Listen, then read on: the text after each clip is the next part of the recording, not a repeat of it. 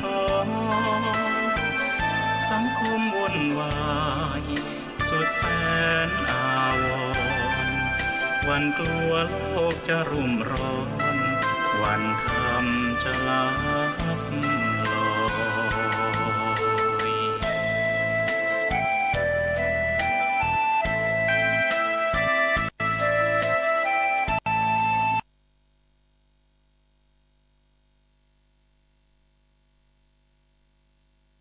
หรือว่าเดี๋ยวก่อน7 วันข้างหน้าที่เอาดูขอข้อมูลดูสักแป๊บหนึ่งก่อนนะคะในช่วงวันที่9ถึง15นะคะกรกฎาคมนี้เนาะลมมรสุมตะวันตกเฉียงใต้ที่พัดปกคลุมทะเลอันดามันประเทศไทยและอ่าวไทยนะก็จะมีกำลังแรงขึ้นประกอบในช่วงของวันที่10ถึง14กรกฎาคม65นี้นะคะร่องมรสุมจะเลื่อนลงมาพาดผ่านภาคเหนือภาคตะวันออกเฉียงเหนือนะคะเข้าสู่หย่อมความกดอากาศต่ำกำลังแรงบริเวณทะเลจีนใต้ตอนบนทำให้ประเทศไทยจะมีฝนเพิ่มขึ้นโดยมีฝนตกหนักถึงหนักบ้างบางแห่งบริเวณภาคเหนือภาคตะวันออกเฉียงเหนือภาคกลางรวมถึงกรุงเทพและปริมณฑลนะคะภาคตะวันออกและภาคใต้สำหรับคลื่นลมบริเวณทะเลอันดามันนั้นก็จะมีกำลังแรงโดยบริเวณทะเลอันดามันตอนบนก็จะมีคลื่นสูง2 ถึง 4 เมตรนะคะบริเวณที่มีฝน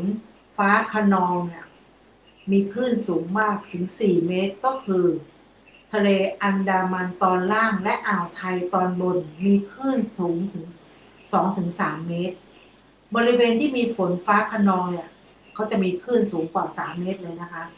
ส่วนอ่าวไทยเนี่ยตอนล่างก็จะมีคลื่นสูงประมาณ2 เมตรบริเวณที่มีฝนฟ้าคะนองเนี่ยก็จะมีคลื่นสูงประมาณ2 เมตรนะอันหนึ่งในช่วงวันที่10ถึง13กรกฎาคมเนี่ย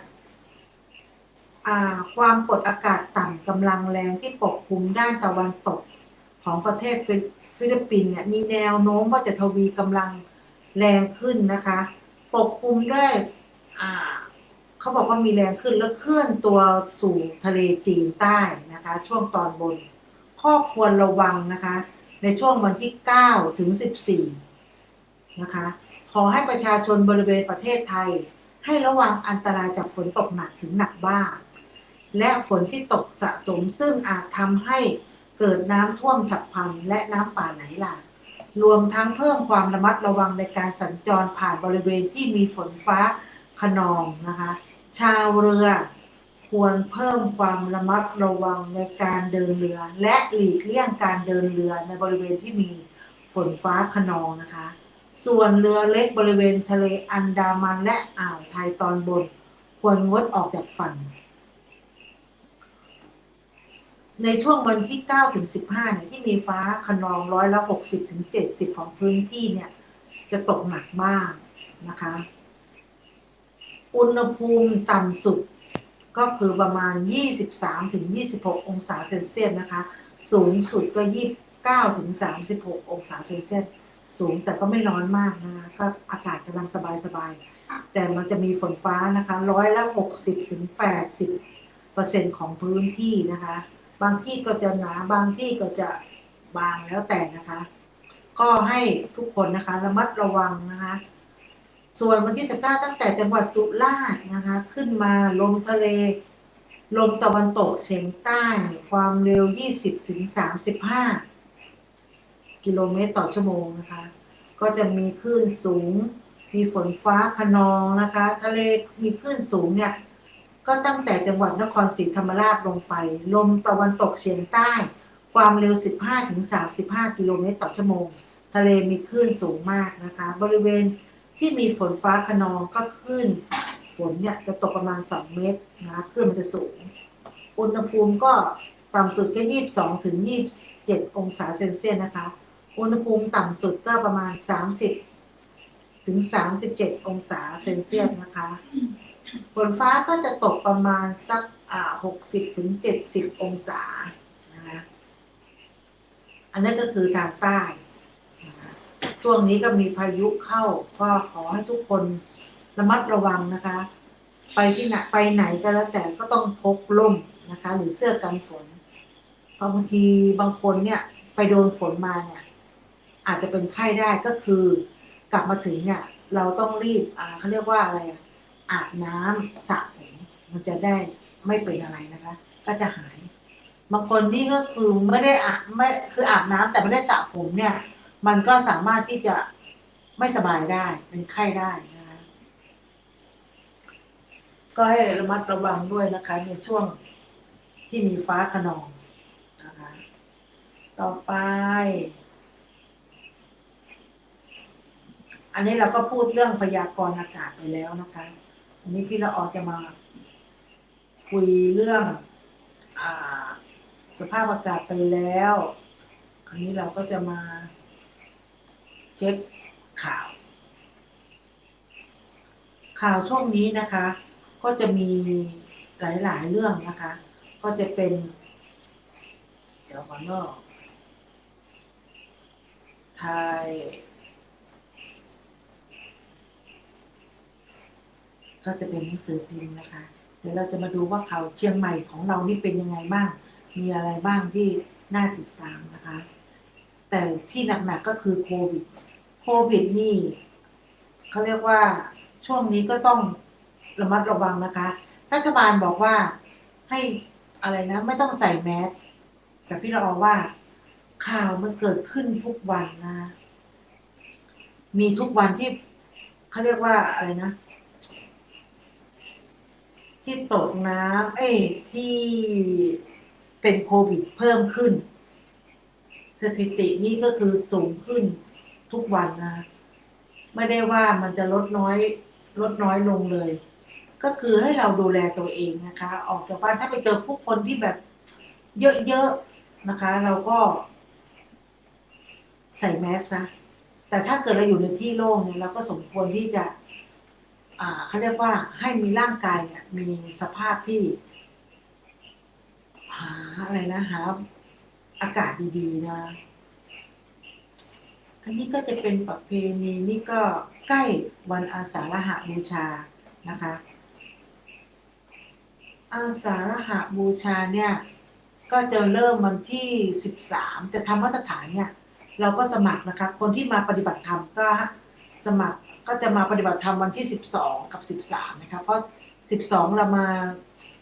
มาทำเขาเรียกว่าปฏิบัติธรรมก่อน13ก็ปฏิบัติธรรมวันที่2นะคะก็จะมีการตอนเย็นเราจะมีพิธีอโหสิกรรมมีเวียนเทียนนะคะใครที่มาปฏิบัติธรรมช่วงนี้ก็เป็นวันพระใหญ่ด้วยนะคะตอนเช้าเราก็มาใส่บาตรก่อนที่เรากำลังหาข่าวแล้วเราก็จะมาคุยกันที่ว่าอะไรนะธรรมสถานจะมีงานนะคะก็เราไม่ได้หยุดฝนตกพูดถึงที่ธรรมสถานถ้าฝนตกเราเวียนเทียนไม่ได้เนี่ยเราก็จะขึ้นไปเวียนเทียนบนห้องพระเพราะว่าห้องพระของธรรมสถานนี่ใหญ่นะคะก็คือตึกที่เราเคยขึ้นไปเวียนเทียนกันนี่แหละนะคะก็สามารถที่จะมาได้เรามีสถานที่เนาะเราองค์ก็หาไอ้ที่หาไว้มันหาไม่เจอ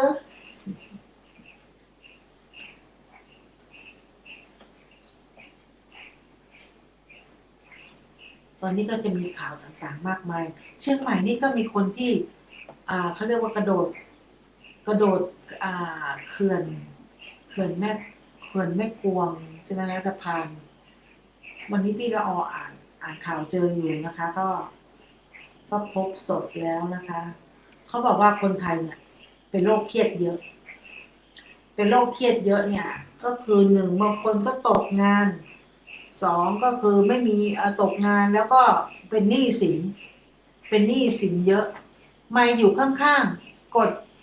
เปิดไฟ USB เอาไมค์มาจ่อใกล้ๆเสียงจะดีเพราะไมค์นั้นคุณภาพดีแต่อย่าใกล้มากนะมันจะดูดไมค์ อันนี้ก็เปิดแล้วเนี่ย ไม่ได้ยินเหรอ ได้ยินไหม ใครได้ยินใครเข้ามามั่งคะก็กดไลค์กดแชร์เนาะ ไม่รู้ว่าเสียงดีหรือไม่ดี ก็พิมพ์มาบอกกันบ้างนะคะวันนี้พี่ละออก็จะอ่านข่าว ก็หาข่าวไม่เจอ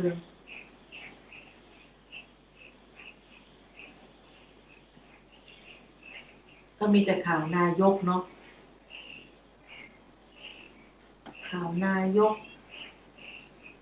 เดี๋ยวก่อนนะไอ้ที่หาไว้ก็หาย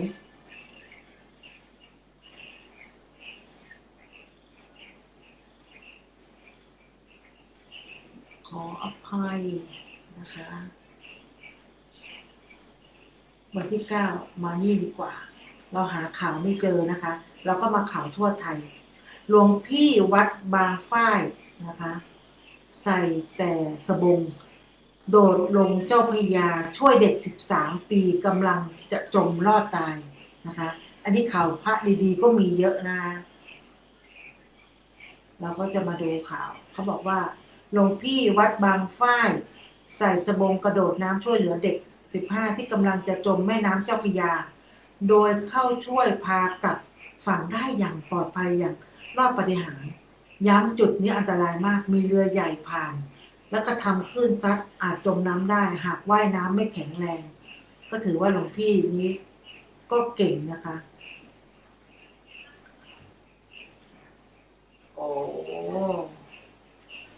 ตอนนี้พี่เราหาข่าวอันนั้นไม่เจอเดี๋ยวแป๊บนึงนะคะเมียเห็นผัวถูกไฟดูดตัดสินใจช่วยถีบล่วงตกบันไดแต่กลับอันนี้มาดูข่าวบ้านๆนะคะข่าวชาวบ้านเขาบอกว่าลุงช่างไฟฟ้าอายุ52 ปีแล้วค่ะบันไดเนี่ยก็พลาดที่เสาเนี่ยเพื่อจะปีนขึ้นไปต่อไฟฟ้าเข้าบ้านก็พลาดถูกไฟดูดทำไมคะกำลังอ่านอยู่นะคะเขาบอกว่าภรรยาเห็นว่าสามีเนี่ยพลาดถูกไฟดูดก็เลยออกมาเจอตัดสินใจกระโดดถีบให้ตัวสามีเนี่ยล่วงจากบันไดอนิจจาร่างตกลงมาหัวฟาดพื้นเจ็บสาหัสหน่วยกู้ชีพยื้อไม่ไหวสิ้นใจตายไม่ได้เสียชีวิตเพราะไฟดูดนะคะเสียชีวิตเพราะหัวกระแทกพื้นแต่เขาก็บอกว่าผู้ที่ถูกกระแสไฟฟ้าดูดเนี่ยเสียชีวิตเพราะว่าหัวเนี่ยไปฟาดกับพื้นอย่างแรงนะคะก็เลยทำให้ที่เกิดทำให้เขาเรียกว่าบาดเจ็บสาหัสนะคะคุณลุงนี่ก็เลยเน็ตมันไม่ดีเน็ตมันไม่แรงอ่านไปเนี่ยหมุนติ้วเลยเขาบอกว่าอยู่ย่านผู้ที่ถูกไฟฟ้าดูดเนี่ยเสียชีวิตเนี่ยอยู่หมู่บ้านจัดสรรแห่งหนึ่งย่านลำลูกกานะคะตำบลลาดสวายอำเภอลำลูกกาจังหวัดปทุมธานีหลังรับแจ้งเหตุนะคะให้ผู้บังคับบัญชาทราบพร้อมทั้งไปตรวจสอบที่เกิดเหตุนะคะเจ้าหน้าที่ตรวจสอบก็พบว่ามีรถปอเต็กตึงเนี่ยเขาก็ช่วยอยู่แล้วนะคะก็เลยเข้าไปดูตรวจสอบก็พบว่าเป็นศพของนายสุชาติพลพักดีอายุ52 ปีนะคะก็สภาพศพนี่นอนหงายเสียชีวิตนะคะก็สวมเสื้อยืดแขนยาวนะคะแล้วนุ่งเกงขาสั้นและที่ฝ่ามือเนี่ยยังมีรอยไหม้สีดำนอกจากนี้บริเวณท้ายทอยมีเลือดออกจากการตรวจสอบเนี่ยเบื้องต้นพบว่าบริเวณใกล้เสาไฟฟ้ามีราวบันไดนะคะพบว่ามีสายไฟที่ถูกคล้ายตัดมีเสียบปลั๊กห้อยอยู่นะคะนี่ภรรยาเห็นเนี่ยโดยที่สอบถามนางสาวสมเนี่ยอายุ50 ปีแฟนของผู้ตายก็อยู่ในอาการที่ช็อกนะคะเขาก็บอกว่าเห็นสามีเนี่ยถูกไฟดูดก็เลยไม่รู้จะทำไงความตกใจก็เลยกระโดดถีบให้สามีนี่ ออกจากไฟแต่พลาดนะคะสามีตกลงมาลงพื้นเนี่ยหัวฟาดพื้นนะคะบาดเจ็บสาหัสและก็เสียชีวิตในเวลาต่อมาก็ขอแสดงความเสียใจด้วยนะคะก็คือ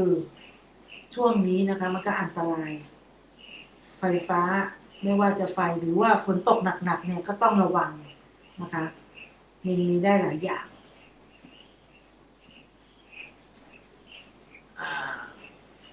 ต่อไปนะคะนี่กี่โมงอ่ะ20 นาทีเที่ยง20 นาทีนะคะอันนี้ก็จะมาเป็นข่าวเข้า YouTube แป๊บหนึ่งนะคะ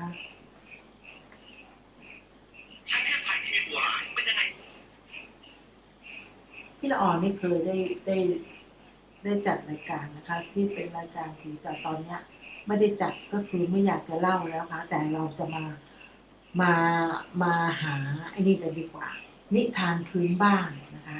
นิทานพื้นบ้านของภาคเหนือเนี่ยมีอะไรบ้างพี่ละอ่อนก็จะเอามาเล่าสู่กันฟังนะบางคนนี่ยังไม่เคยรู้นะคะว่านิทานพื้นบ้านเนี่ยเป็นยังไงนะคะนิทานพื้นบ้านของภาคเหนือเนี่ยมันก็จะมีทั้งคติสอนใจมีในสิ่งที่เราไม่เคยรู้นะคะไม่เคยรู้แล้วก็ไม่เคยเห็นบางอย่างเนี่ยเรายังไม่เคยได้ฟังนะคะก็เดี๋ยวพี่ละออก็จะมาเล่าสู่กันฟังเนาะก็จะมีนิทานพื้นบ้านของภาคเหนือเชียงใหม่ของเรานะคะก็จะเป็นมันก็จะมีเรื่องสนุกที่ผู้เฒ่าผู้แก่เนี่ยเขาก็เล่าสู่กันฟังมาเนาะอันนี้พี่ละออก็จะมานำเสนอนะคะเขาบอกว่านิทานพื้นบ้านมันเป็นอะไรที่สนุกผู้เฒ่าผู้แก่หลายคนเนี่ยก็ชอบเล่าให้ลูกหลานฟังด้วยเป็นวรรณกรรมเขาเรียกว่าวรรณกรรมชั้นดีที่มีเนื้อหาสาระนะคะมีเนื้อหาสาระที่ดีแล้วก็ในแต่ละภูมิภาคของประเทศไทยก็จะมีนิทานพื้นบ้านแต่ละภาคแต่ละที่แตกต่างกันไปตามแต่ลักษณะความสำคัญของภูมิภาคนั้นๆนะคะนิทานต่อไปที่พี่ละออจะมาเล่าสู่กันฟังเนี่ยก็เป็นเขาเรียกว่าเป็นที่นิยมนะคะสืบเล่าต่อกันมาก็มีหลายเรื่องวันนี้พี่ละออจะมาพูดถึงนิทานพื้นบ้านภาคเหนือวันนี้จะเป็นเรื่องลานนางคอยลานนางคอยของจังหวัดแพร่นะคะลานนางคอยเนี่ยเขาบอกว่าก็จะเป็นถ้ำผานางเป็นถ้ำที่สวยงามนะคะอยู่ในจังหวัดแพร่ปากถ้ำนี่อยู่บนภูเขานะคะสูงจากพื้นดินประมาณสัก50 เมตรก็จะมีบันไดไต่เรียบนะคะแล้วก็เลี้ยววกไปวนมาเลี้ยววกไปวนมากำลังไลฟ์สดอยู่นะคะอย่าเพิ่งโทรเข้ามานะคะไม่รู้ว่าใครโทรมาหาตอนนี้พูดไม่ถูกเลยเขาบอกว่าก็เลี้ยววกไปขึ้นไปจนสุดทางบันไดเป็นดินและหินก็มีลานกว้างเป็นที่นั่งพักนะคะก่อนที่จะเข้าสู่ถ้ำด้านขวามือก็จะเป็นซอกเขาเขาก็จะมีทางขึ้นไปก็ไม่สูงมากข้างบนก็จะมีลานหินเล็กๆซึ่งเป็นที่นั่งที่เขาเรียกว่าลานนางคอยนะคะเรื่องถ้ำผานางเนี่ยและลานนางคอยก็มันมีอยู่ว่าครั้งอาณาจักรแสนหวียังเจริญรุ่งเรืองอยู่เจ้าผู้ครองนครก็มีราชธิดาผู้มีสิริโฉมงามอย่างมากนามว่านางอัญณีนะคะวันหนึ่งนางเสด็จประพาสโดยเรือพระที่นั่งเกิดมีพายุใหญ่นะคะกับพัดกระหน่ำมาทำให้เรือพระที่นั่งพลิกคว่ำนางอัญณีเนี่ยพัดตกลงไปในน้ำผีพายหนุ่มคนหนึ่งก็ได้กระโดดลงไปช่วยชีวิตนางไว้ได้ตั้งแต่นั้นเป็นต้นมาทั้งสองก็ได้ลอบ นะคะติดต่อรักใคร่กันโดยปิดบังมาไม่ให้พระราชบิดาของนางได้ล่วงรู้นะจนนางอารยณีเนี่ยตั้งครรภ์ขึ้นพระราชบิดาของนางกิ้วมากก็สั่งให้โบยนางและกักขังไว้แต่คนรักของนางก็ได้ลอบเข้ามาไปหาถึงที่ในคุ้มในเข้าไปหาถึงในที่คุมขังและก็พานางหลบหนีไปเมื่อเจ้าของนครทวีเอเมื่อเจ้าของนครทรงทราบก็สั่งให้ทหารออกติดตามคนทั้งสองทหารที่ขี่ม้าทันทั้งสองที่คนที่ติดตามคนทั้งสองที่ซอกเขาแห่งหนึ่งแล้วก็ยิงธนูไปหมายจะเอาชีวิตชายหนุ่มแต่ธนูนั้นเนี่ยพลาดไปถูกนางอารณีก็ได้รับบาดเจ็บสาหัสส่วนสามีของนางเนี่ยก็จึงพานางเข้าไปหลบอยู่ในซ่อนเขาเรียกว่าหลบซ่อนอยู่ในถ้ำนางอารณีเนี่ยก็รู้ตัวว่าคงไปไม่รอดแน่ๆก็จึงขอร้องให้สามีเนี่ยหนีเอาตัวรอดโดยให้สัญญาว่าจะรออยู่ที่ถ้ำแห่งนี้ตลอดไปชายหนุ่มก็จึงจำขึ้นใจแล้วก็ต้องจำเป็นต้องจากนางตามคำขอร้องของนางส่วนนางอัญชลีเนี่ยก็นั่งมองสามีเนี่ยควบม้าหนีห่างไปจนลับตาแล้วก็เลยสิ้นใจตายอยู่ในถ้ำแห่งนั้นลานที่นางนั่งดูสามีควบม้าจากไปนั้นต่อมาก็เลยเรียกว่า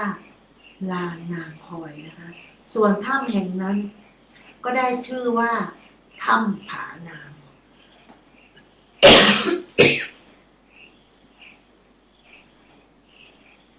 กระจบไปนะคะเป็นนิทานที่เล่าสืบต่อกันมานะคะก็จะเป็นไกลไม่ค่อยได้ยินเหรอได้ยินไหมได้ยินชัดไหมยกใหม่มาหาไก่ ได้ยินชัดไหม เอาวางไว้บนโน้ตบุ๊กเอาโน้ตบุ๊กลงไปเลยก็ได้ปิดหน้าจอปิดหน้าจอ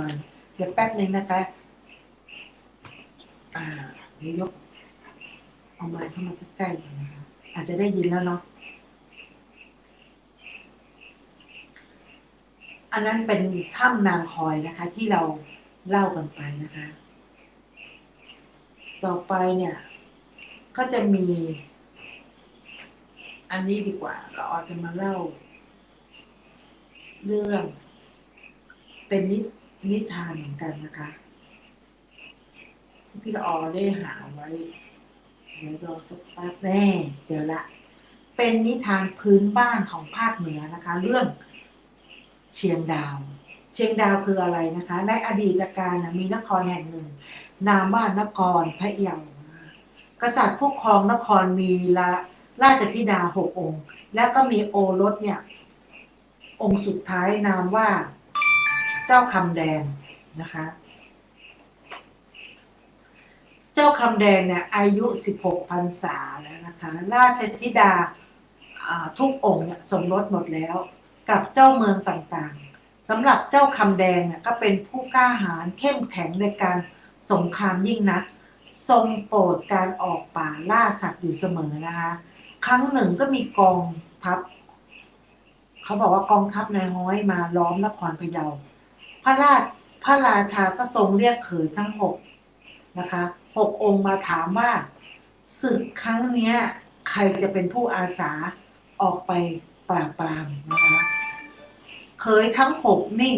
ไม่มีใครกล้าอาสาเพราะทราบว่าศัตรูมีกำลังมากมายและเข้มแข็งยิ่งนัก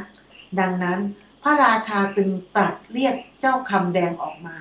เมื่อเจ้าคำแดงทราบเรื่องจึงรับอาสาออกปากเองนะคะพร้อมด้วยไพร่พล10,000นะคะการลบครั้งฆ่าศึกได้แตกพ่ายไปเมื่อเจ้าคำแดงได้ชัยชนะก็ยกทัพกลับขณะเดินทางบังเอิญเจ้าคำแดงเนี่ยเห็นควานทองลูกงามตัวหนึ่งนะคะ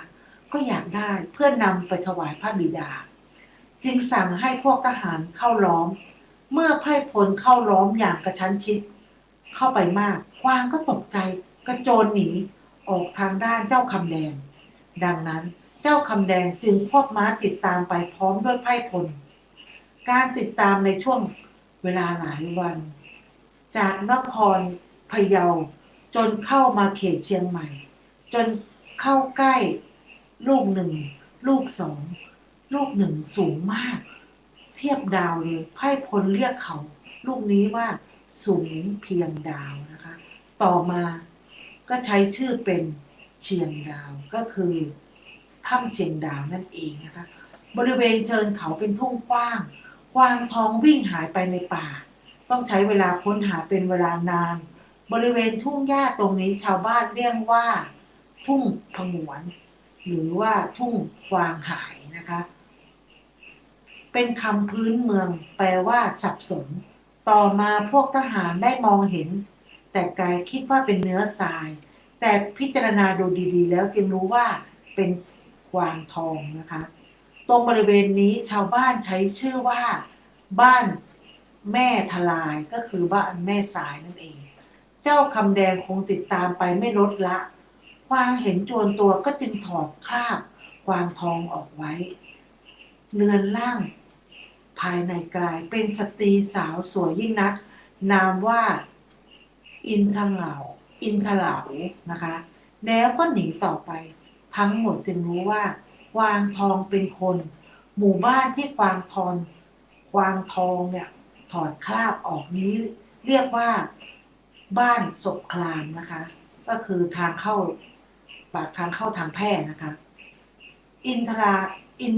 เหลาเนี่ยหนีขึ้นไปตามลำธารเล็กๆเนื่องด้วยมีเครื่องแต่งกายเพียงเล็กน้อยเจ้าคำแดงที่ติดตามมาอย่างใกล้ชิดเกรงว่านางจะอายก็จึงยกมือโบกให้ทหารติดตามมานะให้มอบราบกับพื้นเพื่อมิให้นางเห็นตรงนี้ก็เรียกว่าน้ำแม่นะคะแม่หรือมอบต่อมาก็เพี้ยนเป็นแม่น้ำแม่นะคะทางหนีขึ้นไปนางหนีขึ้นไปบนเนินเขาซึ่งเป็นทางแคบๆทหารก็ตะลุเข้าไปเพื่อจะจับตัวนางแต่เจ้าคำแดงยกมือห้ามไว้อีกนะคะเพราะองค์จะตามเองพอดีนางอินทเหลาเนี่ยหนีเข้าไปในป่าหนีเข้าป่าไปได้หมู่บ้านตรงนี้ก็เลยเรียกว่าแม่นะนะคะและเพื่อไม่ให้นางหลบหนีต่อไปเจ้าคำแดงจึงสั่งให้ทหารล้อมไว้พร้อมกับขุดคูกั้นไว้คูนี้ต่อมาเรียกว่าฮือห้อนะคะห้อก็คือคูนางอินทเหลาในจวนตัวก็จึงพยายามปีนป่าขึ้นเขาได้เจ้าคำแดงติดตามไปแต่ผู้เดียวและก็ไปพบนางบนเนินเขาเตี้ยๆนางจึงถามว่ามาจากฉันทำไมฉันมีความผิดอะไรเจ้าคำแดงตอบว่าข้าพเจ้าเป็นราชโอรสของกษัตริย์พะเยาเห็นกวางทองก็อยากจะได้จึงติดตามมาแต่ปรากฏว่ากวางทองตัวนั้นความจริงเป็นนางผู้สวยงามมากเกิดรู้สึกรักและอยากจะได้เป็นชายานางก็เลยตอบว่าหากพระองค์รักข้าพเจ้าจริงควรจะจ้องไปบอกบรรดาเสียก่อนขณะนี้อยู่ในถ้ำเจ้าคำแดงเห็นตามคำกล่าวก็จึงลงมาจากม้าเดินตามนางเข้าไปในถ้ำเพื่อไปหาบรรดาของนางซึ่งมีชื่อว่าอินทลงเหงานะคะพวกเสนาที่ติดตามมาพบแต่ม้าที่ปล่อยไว้และเห็นรอยเท้าทั้งสองหายเข้าไปในถ้ำพวกเขาก็รออยู่เป็นนานสองนานนะคะเจ้าคำแดงก็ไม่ออกมาเมื่อเข้าไปดูในถ้ำก็เข้าไปก็ไม่ถูกนะคะก็จึงยกทัพกับพระนครพะเยาชาวบ้านใกล้ๆก็ทราบเรื่องต่างก็กล่าวว่าเจ้าคำแดงขณะนี้ได้เป็นอารักษ์คุ้มครองดูแลถ้ำขุนเขาลูกนี้และก็เรียกเจ้าคำแดงว่าเจ้าหลวงคำแดงตราบเท่าทุกวันนี้ข้อคิดที่ได้จากนิทานเรื่องนี้นะคะเขาบอกว่านิทานเรื่องนี้เป็นการบอกให้คนหลังเนี่ยได้ทราบว่าความเป็นมาของสถานที่ที่มีชื่อนั้นในถิ่นนั้นและแสดงถึงความกล้าหาญเด็ดเดี่ยวและความพยายามเป็นอย่างมาก จนพบกับความสำเร็จและก็มีความเชื่อมเกี่ยวกับทางไสยศาสตร์เช่นกันนะคะก็คือที่แต่ละที่มันก็จะมีความหมายนะคะว่าความเป็นมาของแต่อำเภอแต่ละสถานที่ที่เจ้าหลวงไปกับแม่นางอินทราเนี่ยไปเนี่ยมันใช้ชื่อว่าอะไรนะคะก็มันก็มีความเป็นมาต่างๆนานานะคะก็เป็นเรื่องของเชียงดาวนะคะเชียงดาวที่แต่ละที่มันก็จะมีความแตกต่างเหมือนถ้ำเชียงดาวหรือถ้ำหลวงพวกนี้เขาก็จะมีประวัติแต่ละที่มานะคะไม่เหมือนกันแต่อันนี้เป็นประวัติของเชียงดาวเลยนะคะต่อไปก็จะเป็นนิทานพื้นบ้านภาคเหนืออีกเรื่องหนึ่งนะคะที่พี่ละออจะมาเล่านะคะเรื่องอ้ายก้องขี้จุนะคะ ใครๆในเวลานั้นก็รู้กันว่าไอ้ก้องเป็นคนขี้จุนะคะชัดแต่มันก้องไกลไปไม่ค่อยได้ยินสวัสดีค่ะปอปริชัดคำอ้ายสวัสดีเช่นกันค่ะนะคะต่อมานะคะใครๆก็รู้ว่าอ้ายก้องเนี่ยเป็นคนขี้จุแล้วก็จะมักกล่าวคำเท็จตลอดจุไม่เลือกว่าเป็นพ่อเป็นแม่เป็นจุเจ้าหรือพระสงฆ์นะคะหรือจะเป็นพญาเจ้าเมืองเรื่องที่ก้องหลอกพ่อแม่มีเรื่องเล่าดังต่อไปนี้นะคะวันหนึ่งก้องก็ลาพ่อแม่ไปเที่ยวที่ไกลแสนไกลหายหน้าหายตาไปหลายวัน พอกลับมาก็เล่าให้พ่อแม่ฟังว่าไปเที่ยวที่นู่นที่นี่มามากม่วนขนาดนะคะม่วนก็คือสนุกนะ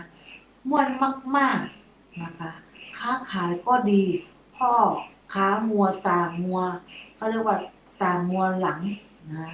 ขายดีของที่บรรทุกหลังมัวมาหมดเกลี้ยงเลยก็บอกพ่อแบบนี้ทำให้ก้องเนี่ยอยากเป็นพ่อค้ามัวต่างพ่อค้างัวต่างบ้านก็ขอให้พ่อช่วยซื้องัวซื้อสินค้าให้แล้วชวนพ่อไปค้ากับตนที่เมืองนั้นพ่อเองก็นึกกลัวว่าก้องจะจู้เอาอีกแล้วอย่างที่แล้วมาแต่ก้องก็ยืนยันว่าคราวนี้บ่จุแน่นอนนะทั้งพ่อก็กำกับไปเองด้วยไม่ต้องกลัวว่าก้องจะทำเหลวไหลให้เสียเงินเสียทองพ่อแม่ก็จึงยอมตกลงนะคะซื้องัวซื้อของบรรทุกให้ไปค้าขายกับก้องนะเมืองที่ว่าค้าขายดีนั้นดีจริงเหมือนอย่างที่ก้องพูดพ่อกับก้องขายของหมดเกลี้ยงเลยนะคะซื้อไปขายมาก็ได้เงินมาก็ได้กำไรนะคะก็จนเพลิดเพลินเกือบจะไม่ได้ปิกบ้านปิกเมืองละปิกบ้านก็คือกลับบ้านกลับเมืองนะคะอยู่มาวันหนึ่งก้องก็เตือนพ่อขึ้นมาว่าจากบ้านมานานแล้วนึกเป็นห่วงแม่อยากจะกลับไปเยี่ยมแม่พ่อก็เห็นด้วยแต่ในขณะที่กำลังซื้อขายคล่องถ้ากลับไปก็เสียดายจึงตกลงกันว่าให้พ่อค้าขายอยู่ทางนี้นะคะให้ก้องกลับไปเยี่ยมแม่คนเดียวเอาเงินเอาทองที่ทำมาหาได้ไปฝากแม่ด้วยก้องก็รับเงินจากพ่อแล้วก็ออกเดินทางไปแต่ไม่ตรงไปหาแม่นะคะไปเที่ยวเตะทะเลทลายจนเงินทองหมดตัวก็จึงกลับไปหาแม่พอพบหน้าแม่ก็ทำเป็นเศร้าโศกร้องไห้ฟูมฟายนะคะไปมาคราวนี้นะคะก็บอกว่าคราวเนี้ยพาพ่อไปล้มไปตายข้าวของสมบัติอะไรที่ติดตัวมาก็ล้มหมดพ่อก็ตายทำบุญให้แล้วก็นึกได้นะคะก็รีบกลับมาหาแม่เนี่ยนะคะอย่างเนี้ยแล้วก็แนะแม่ว่าเวลาเนี้ยพ่อก็หาไม่แล้วนะคะคือพ่อเนี่ยเสียไปแล้วควรขายบ้านเก่าเหียแล้วก็ย้ายไปเมืองอื่นไปทำมาหากินที่อื่นดีกว่าเมืองเนี้ยค้าขายไม่ได้ก้องจะอยู่ช่วยแม่ค้าขายไม่จากแม่ไปไหนอีกแล้วแม่กำลังเศร้าโศกเสียใจนะคะที่พ่อได้เสียชีวิตไปก็ตกลงทำตามที่ก้องแนะนำก็ขายบ้านเก่าแล้วก็ย้ายมาอยู่ที่ใหม่แล้วแม่ก็ยังไม่หายเสียใจนะคะก็ร้องไห้คิดถึงกับพ่ออยู่เสมอก้องจึงบอกแม่ว่า แม่อย่าร้องไห้เสียใจไปนักเลยไหนๆพ่อก็ตายไปแล้วนึกนะคะนึกหาเอาใหม่แล้วก็แล้วกันเนาะแม่ก็ตอบว่าจะหาคนเหมือนพ่อไม่ได้แล้วถ้าหาอย่างพ่อได้เนี่ยจะเอาใหม่ก้องก็จึงบอกแม่ว่าถ้าต้องการอย่างนั้นก็บ่ยากนะคะแต่ก่อนเมื่อข้าไปเที่ยวข้าจะพาผู้ชายคนหนึ่งเหมือนพ่อไม่มีผิดเลยข้าจะไปชักมาให้แม่เอาไหมครั้งแล้วก้องก็ลาแม่ไปกลับไปหาพ่อแล้วคอยฟังข่าวก้องก็พบพ่อทำเป็นร้องไห้ลำพึงลำพันว่ากลับไปบ้านเนี้ยเคราะห์ร้ายมากไม่ได้พบหน้าแม่แม่ตายเสียแล้วตั้งแต่ยังค้าขายกันอยู่บ้านช่องก็เสียหายเป็นของคนอื่นไปแล้วพ่อได้ยินว่าแม่ตายก็เสียใจเป็นอย่างมากนะคะก็ร้องไห้คิดถึงแม่อยู่หลายวันหนึ่งก้องก็ได้ช่องก็คือได้โอกาสก็เข้าไปปลอบพ่อว่าพ่ออย่าร้องไห้ไปเลยเมื่อก่อนที่ข้าไปเที่ยวเนี่ยข้าไปปะผู้หญิงคนหนึ่งเหมือนแม่ไม่มีผิดเพี้ยนเลยเมื่อพ่ออยากเห็นข้าจะพาไปที่บ้านก้องก็ซักพ่อมาหาแม่เมืองที่แม่ย้ายมาอยู่ใกล้ๆแล้วก็รีบหนีไปเสียที่อื่นต่อไปพ่อแม่พบกันก็นึกว่าเป็นพ่อชายแม่หญิงที่เหมือนคำอู้เก่าของตนที่ตายไปแล้วนะคะก็ดีใจมากตกลงอยู่กินกันต่างคนต่างก็นึกว่าตนเองได้คู่ใหม่นะอยู่มาวันหนึ่งแม่ก็บ่นถึงก้องว่าหายไปนานแล้วไม่เห็นกลับมาไปเที่ยวจุอยู่ที่บ้านไหนก็ไม่รู้เนาะพอได้ยินออกชื่อก้องก็สงสัยซักถามกันขึ้นก็ได้ความก็เลยแตกว่าต่างคนต่างก็มีลูกนะคะชื่อก้องขี้จุคนนั้นเหมือนกันก็เลยพูดกันว่าอ้าวถูกลูกหลอกให้มาได้กันเหมือนได้ผัวเมียใหม่เหมือนได้เมียใหม่ผัวใหม่ส่วนที่ก้องจุเจ้านั้นมีเรื่องเล่าว่าอาจารย์เจ้าวัดหนึ่งเป็นคนขี้หวงถึงหน้าต้นไม้ในวัดออกลูกออกผลอาจารย์ก็ป้องกันแข็งแรงกลัวว่าใครจะมาขโมยคราวหนึ่งมะม่วงในวัดก็ออกลูกมากมายคนในวัดและชาวบ้านแถวนั้นรู้ดีว่าวัดเนี่ยตัวห่วงมากถึงอย่างไรก็คงไม่ยอมให้ใครไม่ยอมให้มะม่วงใครก้องก็อยากจะลองดีก็จึงบอกกับพ่อว่าจะเอามะม่วงในวัดมาให้พ่อกินให้ได้พ่อก็หัวเราะประมาณว่าแน่ใจว่ามึงจะเอามาเอาของท่านมาได้ก้องท้าพนันกับพ่อว่าถ้าเอามาได้พ่อจะให้เท่าไหร่พ่อบอกว่าได้มะม่วงมาลูกหนึ่งจะให้1,000 ตำลึงทองก้องรีบรับรองว่าถ้าได้1,000 ตำลึงทองจะเอามาให้พ่อตะกร้าใหญ่ไม่ต้องนับว่ากี่ลูกแต่งตัวองค์ถูงก็ลงเรือหายหน้าไป2-3 วันพ่อก็ไม่รู้หรอกว่าก้องไปไหนพอกลับมาก้องก็รีบมาที่วัดเข้าไปเคารพอาจารย์เจ้าวัดแล้วก็บอกว่า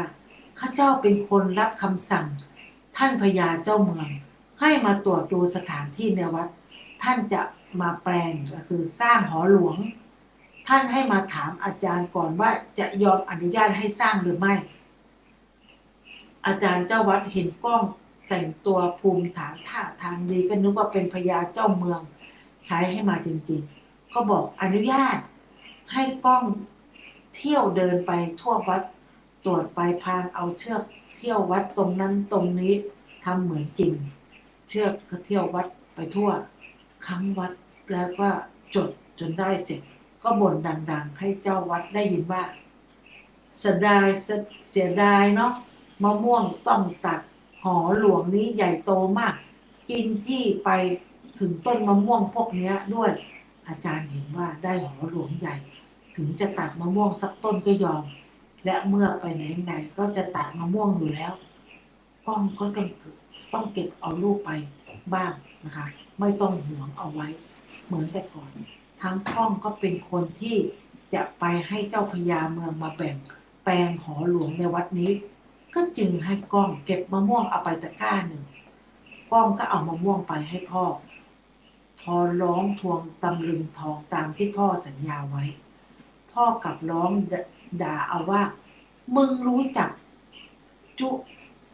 ทุเจ้าเขาเรียกว่ามึงรู้จักโกหกทุเจ้าเอามะม่วงมาให้กูไม่รู้จักว่าจะจุใครเอาคำที่ไหนมาเอาคำที่ไหนมาให้มึงตั้งพันนะคะเจ้าเมืองก้องนะคะจุพญาเจ้าเมืองว่าพญาเจ้าเมืองรู้ว่าก้องเนี่ยเป็นคนที่จุใครๆก็เสียรู้นึกก็เลยอยากลองปัญญาจึงให้คนไปตามหามาเฝ้านะคะแล้วท้าให้จุตัวบางตัวดูว่าตนจะหลงเชื่อไหมเสียรู้ก้องหรือเปล่าก้องก็รับปากว่าจะลองดูแล้วก็ทูลขอเอาไว้ล่วงหน้าเลยว่าอย่าเอาโทษตนเป็นอันขาดไม่ว่าตนจะทำให้พญาเสียรู้มากน้อยสักแค่ไหนเจ้าเมืองก็รับปากแล้วบอกว่าให้ก้องเริ่มได้แต่ก้องบอกว่าจะจุเจ้าเมืองในวังไม่ได้ต้องออกไปข้างนอกไกลแล้วพาเจ้าเหนือหัวเดินออกไปนอกเมืองไกลถึงบวกก็คือถึงหนองน้ำแห่งหนึ่งแล้วก็ทูลขอให้เจ้าเมืองลงไปยืนในหนองน้ำนั้นตนจะจุให้ขึ้นจากหนองน้ำให้ได้พญาเจ้าเมืองก็ลงไปในหนองน้ำแล้วตั้งใจว่าก้องจะจุอย่างไรก็จะไม่ยอมขึ้น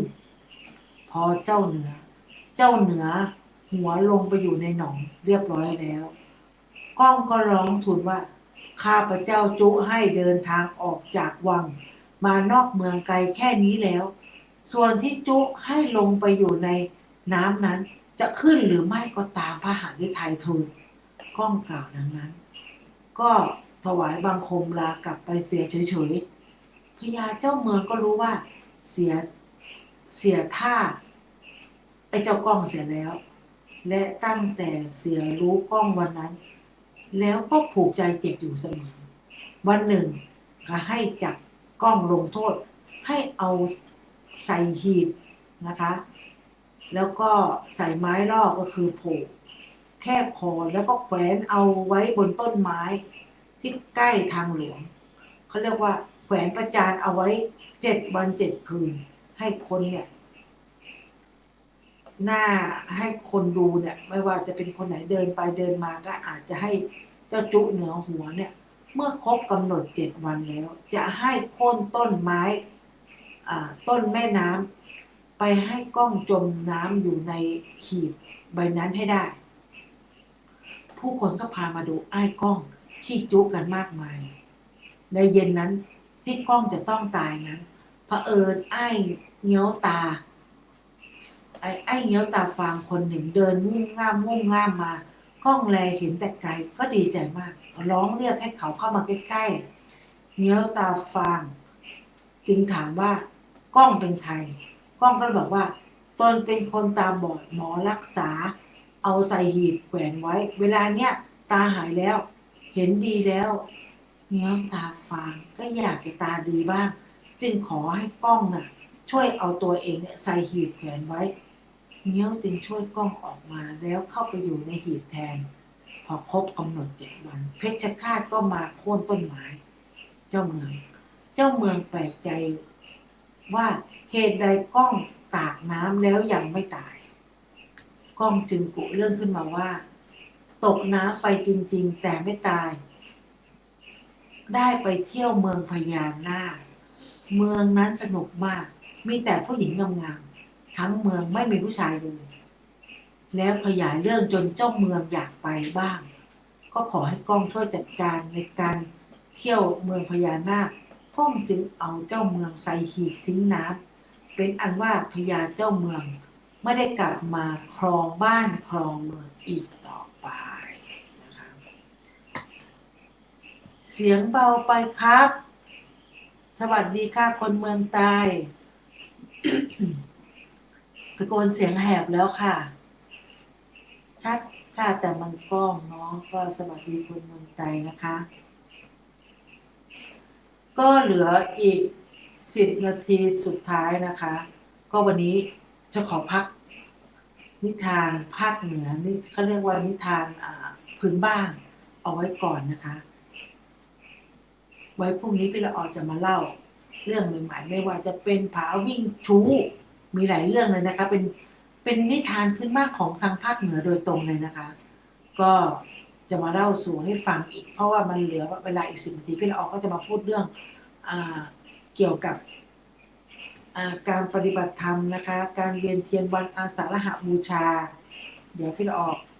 จะพูดถึงเรื่องวันอาสาฬหบูชาเดี๋ยวขอเข้าไปในไลน์ก่อนนะคะเพราะว่าอาจารย์สมัครเนี่ยเขาเป็นคนส่งมานะคะบางคนก็สงสัยบางคนเด็กบางคนก็ยังไม่รู้นะคะว่า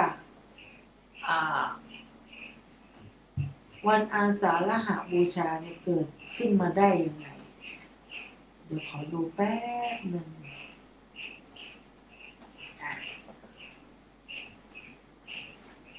เขาเรียกบอกว่าประกาศของจังหวัดเชียงใหม่นะคะเรื่องการปฏิบัติเป็นพุทธบูชานะคะเนื่องในเทศกาลวันอาสาฬหบูชาและวันเข้าพรรษาประจำปี2565นี้นะคะเมื่อวันพุธที่13 กรกฎาคม 2565เนี่ยก็ตรงกับวันขึ้น15 ค่ำเดือน8นะคะ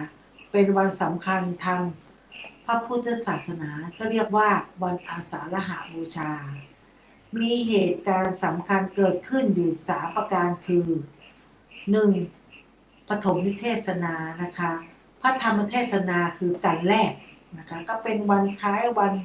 ที่สมเด็จพระผู้มีพระภาคเจ้านะคะทรงแสดงพระธรรมเทศนาการแรกนะคะก็คือธรรมจักรกับปวัตตสูตรนะคะก็ถือเป็นการประกาศสัจธรรมที่ได้ตรัสรู้แล้วก็ให้เป็นที่ประจักษ์แก่ชาวโลกนะคะส่วน2นะคะปฐมสาวกพระอริยสาวกรูปแรกนะคะก็เป็นวันคล้ายวันที่พระอริยสาวกรูปแรกเนี่ยในพระพุทธศาสนานะคะบังเกิดขึ้นในโลกคือพระอัญญาโกณทันทะได้ฟังพระปฐมเทศนาแล้วจนได้ดวงตาเห็นธรรมก็ได้ทูลอยู่แล้วก็ปฐมบทและสมเด็จพระผู้มีพระภาคเจ้าได้ประทานอุปสมบทให้ด้วยนะคะโดยวิธีเอหิภิกขุอุปสัมปนานะคะ 3. พระรัตนตรัยครบสมบูรณ์ครั้งแรกในโลกก็เป็นวันคล้ายกับวัน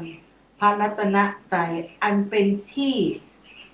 ประเสริฐที่สุดในพระพุทธศาสนาก็คือพระพุทธพระธรรมพระสงฆ์นะคะบังเกิดขึ้นเขาเรียกว่าครบองค์3อย่างสมบูรณ์นะคะเป็นครั้งแรกในโลกและในวันพฤหัสที่14 กรกฎาคม 2565เนี่ยซึ่งตรงกับวันแรม1 ค่ำเดือน8นะเป็นวันเข้าพรรษาก็เป็นวันสำคัญในพระพุทธศาสนาวันหนึ่งพระสงฆ์ที่พระสงฆ์เทวราชนะคะวาทะอธิษฐานว่าจะพักประจำอยู่ณที่ใดที่หนึ่งตลอดระยะเวลาฤดูฝนที่มีกำหนดระยะเวลาใน3 เดือนก็คือตามพระธรรมวินัยที่มันหยัดไว้นะคะโดยไม่ไปค้างแรมที่อื่นหรือภาษาพูดว่าจำพรรษานั่นเองนะคะจำพรรษาก็คือจำพรรษาคือฤดูฝนจำแปลว่าพักอยู่นะคะการเข้าพรรษาเนี่ยถือเป็นข้อปฏิบัติสำหรับพระสงฆ์โดยตรงนะคะพระสงฆ์จะไม่จำพรรษาไม่ได้เนื่องจากรูปใดนะคะไม่จำพรรษาถือว่าต้องอาบัติทุกกฎตามพระวินัยการเข้าพรรษาตามปกติเนี่ยก็เริ่มตั้งแต่วันแรกนะก็คือวันแรม1 ค่ำเดือน8ของทุกปีหรือเดือน8หลังถ้ามี8 2 ครั้งนะคะและก็สิ้นสุดลงในวันขึ้น15 ค่ำเดือน11นะคะเพื่อให้พุทธศาสนานิกชนนะคะได้ร่วมประกอบกิจกรรมทางพระพุทธศาสนาถวายเป็นพุทธบูชาสืบทอดพระพุทธศาสนาให้มีความยั่งยืนและมั่นคงนะคะ ทางจังหวัดเชียงใหม่จึงขอเชิญชวนสถาบันการศึกษาไม่ว่าจะเป็นหน่วยงานภาครัฐหรือภาคเอกชนนะคะและพุทธศาสนิกชนทั้งหลายพร้อมใจกันถือปฏิบัติเป็นพุทธบูชาเนื่องในเทศกาลวันอาสาฬหบูชาและวันเข้าพรรษาประจำปี 2565 ดังนี้นะคะประดับธงชาติธงศาสนาตามสถานที่หน่วยงานสถานศึกษาบริษัทห้างร้านอาคารบ้านเรือนและร่วมกันบำเพ็ญกิจกรรมอันเป็นสาธารณกุศลและสาธารณประโยชน์ 2. ขอความร่วมมือร้านค้าสถานเริงรมย์งดการจำหน่ายเครื่องดื่มสุรานะคะและเครื่องดื่มที่มีแอลกอฮอล์ทุกชนิดในวันอาสาฬหบูชาและวันเข้าพรรษา 3. เชิญชวนผู้สาธารนิกชนร่วมทำบุญตักบาตรรักษาศีลลดละเลิกอบายมุขแล้วก็เจริญสมาธิภาวนาและประกอบพิธีเวียนเทียนณวัดศูนย์กลางลานกิจกรรมนะคะโดยวัดพระอารามหลวงและวัดใกล้บ้านนะคะ 4. การจัดกิจกรรมและการเข้าร่วมกิจกรรมต้องปฏิบัติตามมาตรการและป้องกันการแพร่ระบาดของเชื้อไวรัสโคโรนานะคะโควิด -19 ของกระทรวงสาธารณสุขอย่างเคร่งครัดประกาศณวันที่ 7 กรกฎาคม 2565 นะคะก็คือนายประยูรก็คือผู้ว่าราชการจังหวัดเชียงใหม่นะคะก็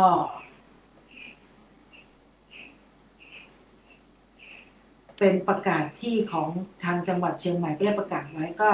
คืออนุญาตนะคะไม่ว่าจะเป็นวัดหรือสถานปฏิบัติธรรมหรืออารามหลวงต่างๆเนี่ยก็สามารถที่จะมีวิธีเวียนเทียนได้แต่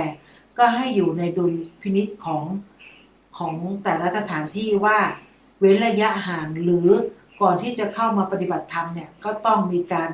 ตรวจมาตรการนะคะเข้มงวดนะคะไม่ว่าจะเป็นใส่แมสเพราะว่าคนอยู่เยอะก็ใส่แมสเว้นระยะห่างหรือการเข้ามาในงานก็สแกนนะคะว่ามีเชื้อโควิดไหมมีอะไรเขาเรียกว่าวัดอุณหภูมิก่อนเข้าสถานที่ปฏิบัติธรรมนั้นๆนะคะก็พบกันได้ของธรรมสถานมหาวิทยาลัยเชียงใหม่นะคะก็จะมีพิธีใครที่จะมาปฏิบัติธรรมก็ให้มาคืนวันที่11ก็ได้หรือเช้ามืดของวันที่12ก็ได้นะคะก็เรามีปฏิบัติธรรมวันที่12กับวันที่13ที่ธรรมสถานใครจะมาก็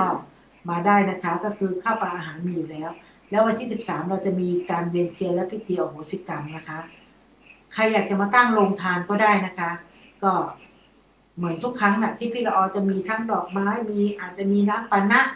หรือต้องดูปัจจัยก่อนว่าอาจจะมีอาหารเลี้ยงหรือว่ามีของเล็กๆน้อยๆนะคะจะมาแจกหรือเปล่าแต่ว่าอย่างอาจารย์นุ๊กเนี่ยต้องมีแน่นอนนะคะอาจารย์นุ๊กอาจจะมีอะไรที่เป็นของที่ระลึกนะคะของทุกครั้งไม่ว่าจะเป็นอาจารย์ภัสกรสมัยที่พระอาจารย์ได้เคยปฏิบัติไว้และทำไว้กับญาติโยมที่มาเวียนเทียนหรือไม่ว่าจะเป็นวันสำคัญต่างๆทุกครั้งเนี่ยพระอาจารย์ก็จะมีของที่ระลึกให้อันนี้ก็จะเป็นหน้าที่ของตุ้นุกนะคะก็วันนี้ก็ล่วงเลยเวลากันแล้ววันนี้พี่ละออก็ขอลาก่อนนะคะพบกันใหม่พรุ่งนี้เวลา5 ทุ่มถึงเที่ยงคืนเที่ยงคืนถึงตี 1นะคะกับรายการละออมาคุยนะคะ